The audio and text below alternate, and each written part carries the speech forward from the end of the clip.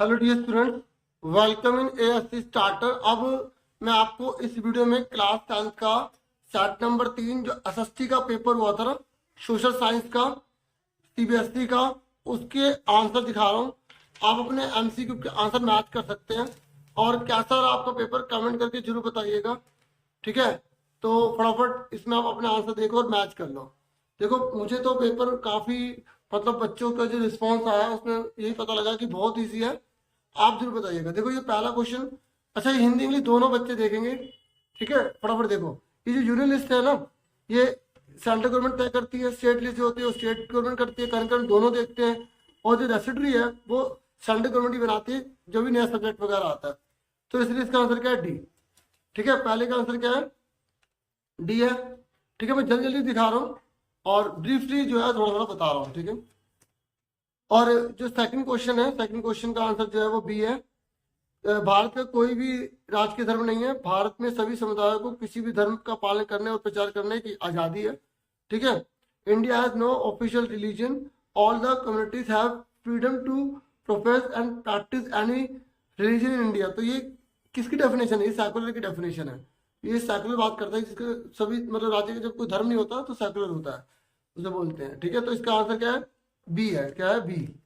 अच्छा, मैंने डी लिखा हुआ है यहाँ पर, ये बी है। ठीक है, इसे तो पढ़ पढ़ के बता रहा हूँ ताकि अगर गलती से लिख दिया तो बच्चों को क्लियर कर सकूँ। ये बी आंसर है। ठीक है, फिर उसके बाद जो है थर्ड है। थर्ड का है डी, नारीवाद, क्योंकि यहाँ पर महिलाओं के सामाजिक, राजनीतिक और आर्थिक समानता की बात की जा रही है। जबकि मातृ में क्या होता है कि महिलाओं का अधिकार होना, पितृ मतलब सिर्फ पिता या जो पुरुष पक्ष है उसका अधिकार होना, समाज में तो समाज के कल्याण की बात कर रहा है, लेकिन महिलाओं की बात कर रहा है। तो इसका आंसर क्या है? डी। ठीक है, डी आंसर है इसका। उसके बाद जो है हमारा फोर्थ क्वेश्चन है। फोर्थ में ये जो सारी फीचर जो दे रखी है ना, ह्यूमस की मात्रा कम होती है तो इसमें पेड़ उगेंगे लंबे लंबे, और भारी बारिश होगी इसलिए, और इसलिए उच्च तापमान भी होता है, इसलिए इसका आंसर क्या? लेटराइट मिट्टी होता है। इसलिए इसका आंसर क्या? Laterite soil. ठीक है, पूरा पूरा देख सकते हो आप आराम से। उसके बाद जो है पांचवा क्वेश्चन है।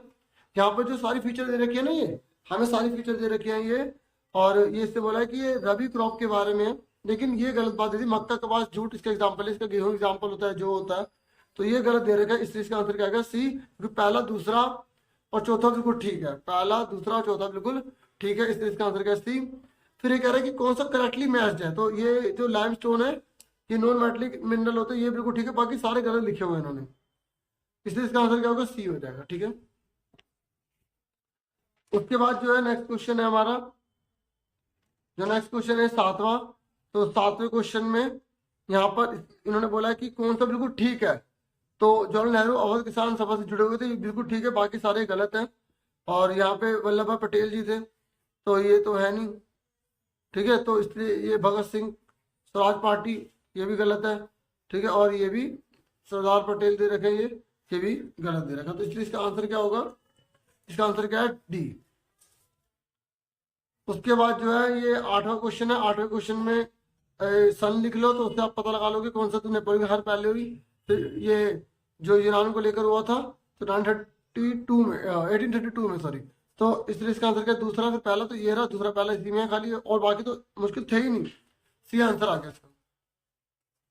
फिर ये नौवां क्वेश्चन है।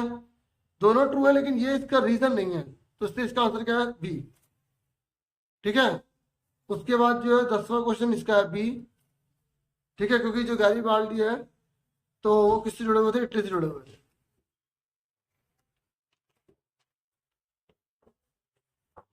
उसके बाद जो है 11वां क्वेश्चन है।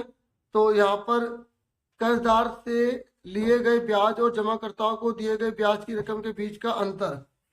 ठीक है, तो ब्याज का अंतर लिया जाएगा, चार्ज को लिया जाता है, इसलिए इसका आंसर जो है वो बी है। उसके बाद जो ये बिजली इंपोर्ट बच्चे, तो उनके लिए था ये आरबीआई। आरबीआई जो होता है ना, जितने भी लोन वगैरह होते हैं तो उन पर जो है वो नजर रखता है, ठीक, क्या क्या लगा रहे हैं वगैरह वगैरह, तो इसलिए इसका आंसर क्या? ए है। उसके बाद जो है 12th क्वेश्चन है। और जो 12th क्वेश्चन है उसमें यहाँ पर ये कह रहे हैं कि जो समर्थक ऋणाधार होता है, ये जो कोलेट्रल होता है, क्यों लिया जाता है? इसलिए कि अगर कल को कोई लोन नहीं चुकाता तो उसको बेच के अपने लोन की भरपाई की जा सकती है, इसलिए इसका आंसर डी है। फिर उसके बाद 13 क्वेश्चन है।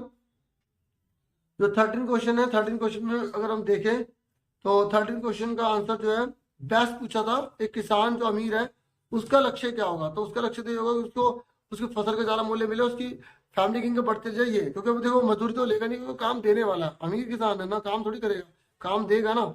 इस तरीके से, तो इसलिए इसका आंसर सेकंड और थर्ड है, तो इसका आंसर क्या होगा, सी हो गया। ठीक है, सी आंसर हो गया इसका।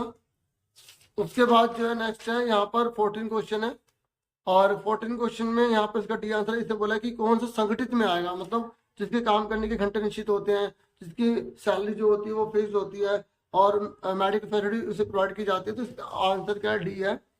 उसके बाद 15 क्वेश्चन है, 15 क्वेश्चन यहाँ पे इसने पूछा है कि व्यापार और वाणिज्य पर अवरोधों अथवा प्रतिबंधों को हटाने की प्रक्रिया को क्या बोला जाता है, तो इसलिए इसका आंसर क्या है, उदारीकरण है। ठीक है, लिबरलाइजेशन है इसका आंसर। उसके बाद 16 क्वेश्चन है, तो यहाँ पर इसने बोला है कि वर्ल्ड बैंक जो है ना, वर्ल्ड बैंक, जो वर्ल्ड बैंक है वो किसको प्रायोरिटी देता है, अगर किसी कंट्री की डेवलपमेंट को चेक करना है तो पर कैपिटा इनकम को वैल्यू देता है, वो प्रति व्यक्ति आय को देता है, इसलिए इसका आंसर डी है। 17 क्वेश्चन बहुत इजी था, चारों को जोड़ के 4 से डिवाइड करना था, तो इसलिए इसका आंसर क्या है, सी है। ठीक है, इसलिए इसका आंसर क्या है, सी। फिर 18 क्वेश्चन है, तो 18 क्वेश्चन है, इसका आंसर है बी। ठीक है, क्योंकि अगर हम डेमोक्रेसी को चाहते हैं तो कंट्रोल चाहते हैं, चेक चाहते हैं, बैलेंस चाहते हैं, तो पावर को डिसेंट्रलाइज करना होगा, इसलिए इसका आंसर क्या है, बी है। ठीक है, ठीक है, तो 18 का बी हो गया। उसके बाद 19 है, 19 का क्या है, बी, क्योंकि दो दल केवल ब्रिटेन में, चाइना में 1 है, इंडिया में बहुत सारे, पाकिस्तान में बहुत सारे हैं। ठीक है, तो यहाँ पे 2 पार्टी सिस्टम पूछा था, वो खाली यूनाइटेड किंगडम में है। ठीक है, फिर 20 क्वेश्चन है, और 20 क्वेश्चन का आंसर आपका है डी। और इस तरीके से ये इंग्लिश में भी आप देख सकते हैं। अब आप पूरा पेपर देख लो बाकी का, ताकि और जो सेट वाले बच्चे हैं वो देख सकते हैं कि उनका कैसे पेपर है। नेक्स्ट ईयर के जो स्टूडेंट्स हैं वो भी इसे देख पाएंगे, अच्छे से जान पाएंगे।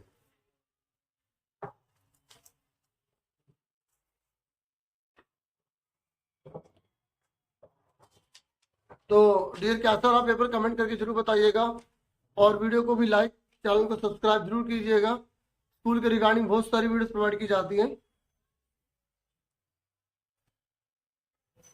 आप आराम से देख सकते हैं।